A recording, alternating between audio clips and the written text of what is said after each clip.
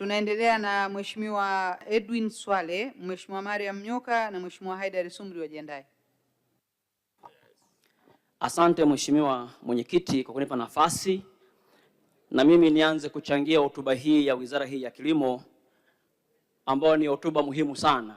Mheshimiwa Mwenyekiti, awali ya yote kabisa niseme kwamba nilikuweko hapa ndani wakati Mheshimiwa Rais Mama Samia Suluhu Hassan anakuja kuhutubia bunge kwa mara ya kwanza, na nikiwa kama mbunge wa awamu ya pili naweza kusema kwa ushahidi Daktari Samia anawapenda sana wakulima wa Tanzania, na hata Chama cha Mapinduzi kinawapenda sana wakulima wa nchi hii. Kwa kiwango ambacho Mheshimiwa Rais ameongeza bajeti, kutoa ruzuku ya mbolea, kununua mahindi, ni dhahiri Daktari Samia anawapenda wakulima wa Tanzania. Jambo la pili, Mheshimiwa Mwenyekiti, nitumie nafasi hii pia kumshukuru sana Waziri wa Kilimo Mheshimiwa Daniel Godfrey Chongolo kwa hotuba yake nzuri iliyoonyesha dhamira ya kweli ya kuwasaidia wakulima wa Tanzania.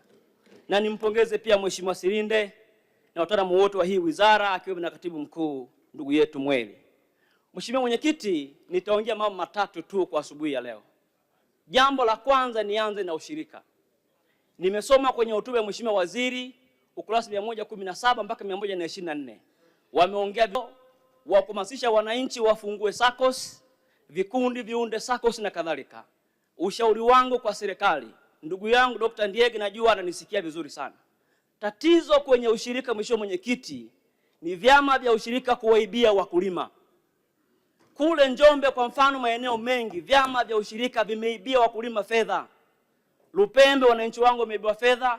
Makambako ambako Mheshimiwa Waziri pale chama cha ushirika kimekula fedha za wakulima. Ukienda Ibumira, ukienda Njombe.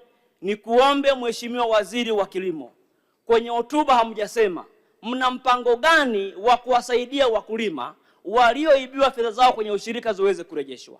Hili jambo muhimu sana, mje na huo mpango mahususi, mtuambie wakulima hawa kabla ya kuhamasisha kufungua SACCOS zingine, tuambieni wananchi ambao hela zao zimeibiwa mnawasaidiaje fedha iweze kurudi. Jambo la pili ni kuhusu zao la parachichi. Sisi mkoani Njombe kama wakulima wa zao la parachichi, wananchi wengi wanalima haya matunda. Changamoto kubwa, Mheshimiwa Mwenyekiti, ni juu ya uhifadhi wa mazao ya parachichi. Na wananchi wa Lupembe wamenituma niombe sana serikali kwenye mpango wake ambao inakwenda nao watusaidie kujenga cold rooms kwa ajili ya kuhifadhi matunda ya parachichi, ili kusudi yaweze kuwa na bei nzuri, yasiuzwe kwa kutupwa kama sehemu ya reject. Hii ni hoja muhimu. Jimbo la Lupembe wanaomba kujengewa cold room, na hata wananchi wa Makambako kwa Mheshimiwa Waziri pia wanahitaji cold room kwa ajili ya matunda ya parachichi. Jambo la tatu, Mheshimiwa Mwenyekiti, ni zao la chai. Niipongeze sana wizara hii. Nimesoma kwenye hotuba, Mheshimiwa Mwenyekiti, kwa mara ya kwanza Mheshimiwa Mwenyekiti, zao la chai limeandikwa angalau kwa peji 4. Mheshimiwa Waziri, hongera sana. Umeandika peji 4 kujadili zao la chai. Na hapa nimpongeze sana pia mkurugenzi wa bodi ya chai, dada yangu Beatrice Banz. Wameandika mipango humu kwenye hotuba hii kwamba wana mpango wa kukwamua zao la chai.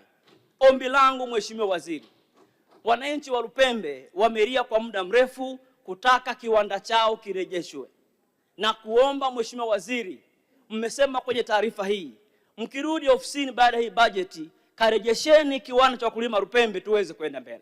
Jambo la pili, mmesema zao la chai duniani bei imepanda kutoka shilingi 2450 mpaka shilingi 4000.